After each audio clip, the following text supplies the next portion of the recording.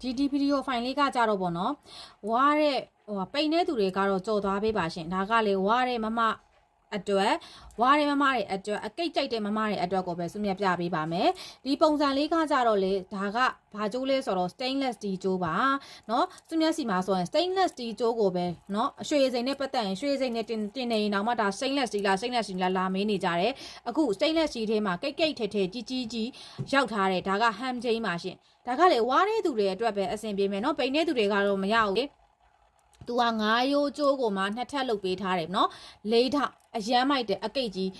သူ့အဟန့်ကလည်းသူနဲ့ပျော်ပြပေးမယ်ဆိုရင်ဒါ9ချက်ကြုံမင်းနဲ့တူတယ်เนาะပြီးတော့ तू ကလည်းအရမ်းမိုက်တာတန်လိုက်နဲ့လောက်ရတာတန်လိုက်နဲ့ဝတ်ရတာမှာเนาะအရမ်းမိုက်တယ်ဒါစုမြတ်ကနှစ်ဖက်လှเนาะဒါဒီဘက်ကိုလေးလှတယ်သူကဒီဘက်ကိုလေးလှတယ်နှစ်ဖက်လှတန်လိုက်နဲ့ဝတ်ရတာဘလို့ဝတ်ရလာလဲဆိုတော့လေဒီမှာကြည့်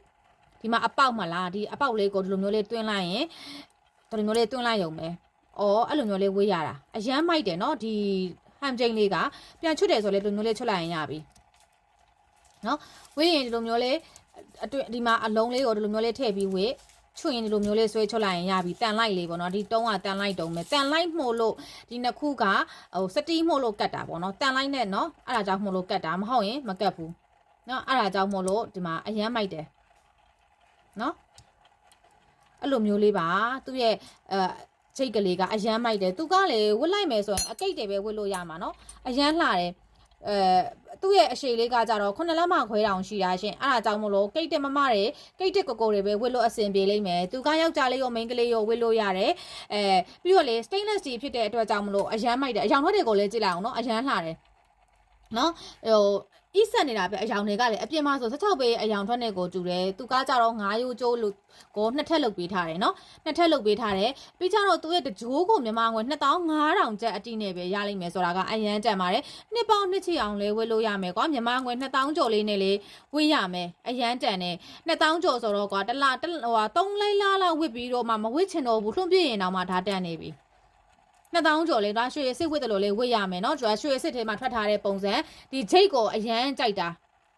ဒီဂျိတ်ကတော့လုံးဝကိုအဲ့လိုမျိုးပြုတ်မထွက်တဲ့ဂျိတ်ပေါ့ကွာပြောရမယ်ဆိုရင်လုံးဝပြုတ်မထွက်တော့ဘူးဒီလိုမျိုးဂျိတ်ကเนาะအဲ့မျိုးလေးပြုတ်မထွက်တော့အရန်မိုက်တယ်